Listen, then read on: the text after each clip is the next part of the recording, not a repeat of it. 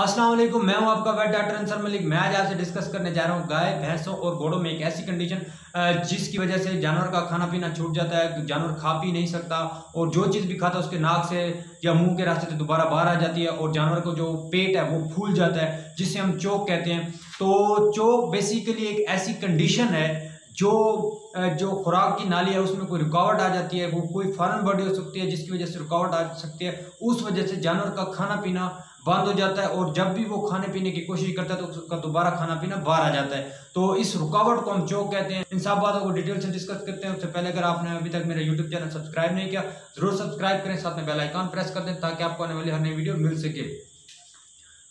चोक basically एक condition है जो मोस्टली गाय, भैंसों और घोड़ों में और छोटे शीप गोट एनिमल्स में भी डेवलप हो सकती है। वो किस तरह डेवलप होती है? कोई भी फॉरेन बॉडी जानवर जब खाता है, कोई शलजम वगैरह खा लेता है, प्याज वगैरह खा लेता है या कोई सॉलिड फूड खा लेता है, तो वो जाकर उसकी खुराक वाली नाली के अंदर फंस जाती है। जब वो खुराक वाली नाली के अंदर फंसती है तो जानवर मजीद खा पी नहीं सकता, जो रिगर्गिटेशन है जिसे जुगाली कहते हैं वो नहीं कर सकता। तो ये एक पूरी जो हालत है इसे हम चोक कहते हैं। इसकी दो टाइप्स हैं, एक को सर्वाइकल चोक कहते हैं और दूसरी को थोरैसिक चोक कहते हैं। सर्वाइकल चोक बेसिकली ये बॉइंस हैं जितने मतलब गाय भैंस हैं, इसमें ये कंडीशन डेवलप होती है क्योंकि उनकी जो इसोफेगस है वो ऊपर से तंग है और नीचे से खुली है। तो इस कंडीशन में वो जो खुराक खाता है जानवर तो वो ऊपर से फंस जाती है, नीचे नहीं जाती क्योंकि उसकी टांग ऊपर से ज़्यादा, इस वजह से वो नीचे नहीं जाती। जबकि घोड़ों में क्या है कि ऊपर से जो खुराक की नाली है वो खुली है, नीचे से तंग है, वो थोरैसिक रीजन में तंग हो जाती है। तो उस कंडीशन में ऊपर से खा लेता है खुराक लेकिन वो नीचे थोरैसिक रीजन में आकर फंस जाती है। जब ये खुराक थोरैसिक रीजन में फंस जाए तो उसे थोरैसिक चोक कहते हैं। तो इसकी अलामात क्या क्या हो सकती हैं?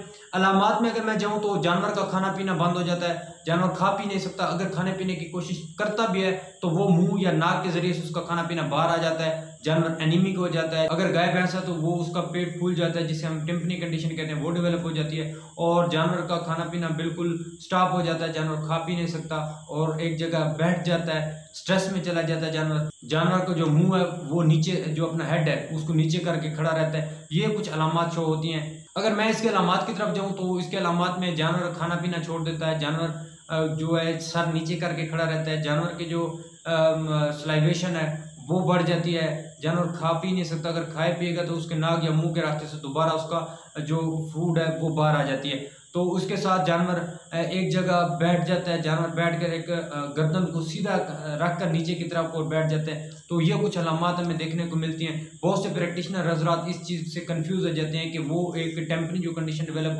होती है वो उसका ट्रीटमेंट कर लेते हैं, लेकिन एक्चुअली वो चोक की कंडीशन भी हो सकती है।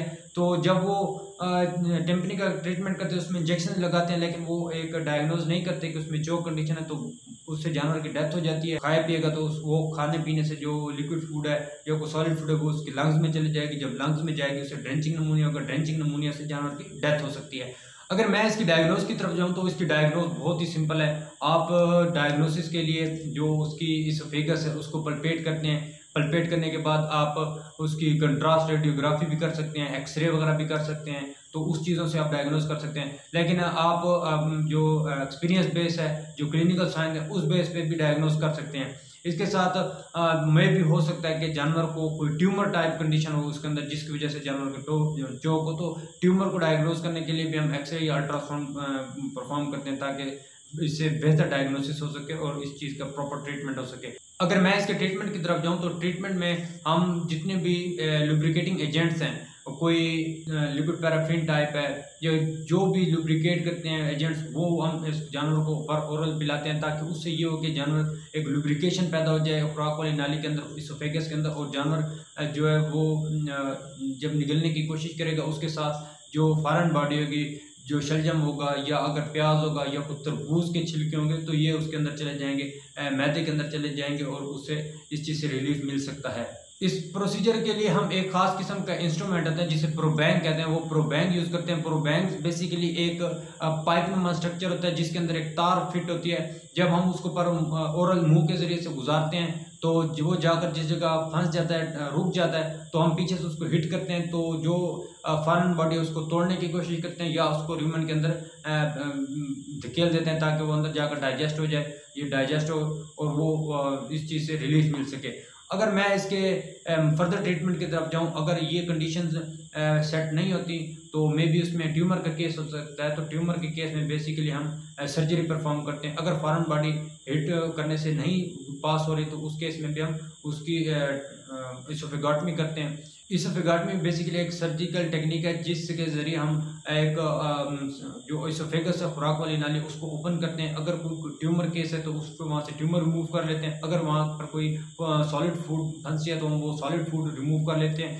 तो उसके बाद हम दोबारा सुचर करके इसको जानवर को रिकवर कर सकते हैं। इसके साथ अगर मैं इसकी फर्दर ट्रीटमेंट की तरफ जाऊं तो फर्दर ट्रीटमेंट में ये है कि अगर आपने उसके जो सॉलिड फूड है उसको प्रोबाइन के ज़रिए तो धकेल दिया है, लेकिन वो जाकर स्टमक के अंदर फंस गया है, र्यूमन के अंदर फंस गया, तो उस केस में हम गैस्ट्रोटमी करते हैं। गैस्ट्रोटमी एक पूरा प्रोसीजर है जिसके ज़रिए हम जो उसका र्यूमन है उसको ओपन करते हैं। र्यूमन को ओपन करने के बाद हम उसके जो र्यूमन से जो फॉरेन बॉडी है वो रिमूव कर लेते हैं। उसके बाद उसको सुचर कर देते हैं और उससे कुछ दिनों बाद जानवर बिल्कुल सेट हो जाता है।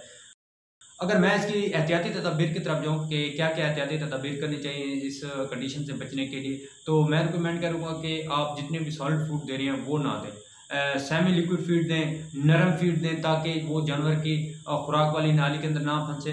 और आप जो शलजम वगैरह प्रोवाइड करते हैं जानवर को, प्याज वगैरह देते हैं या तरबूज वगैरह देते हैं तो छोटे छोटे हिस्सों में कट कर दें, इतने छोटे हिस्से हैं कि वो इसकी जो खुराक वाली नाली है उससे ईजिली पास हो जाए और डाइजेस्ट हो। जाहिर बात है जितने छोटे पार्टिकल्स का साइज जितना छोटा होगा, जितना उसका सरफेस एरिया ज़्यादा होगा तो वो डाइजेशन उसकी ईजी होगी।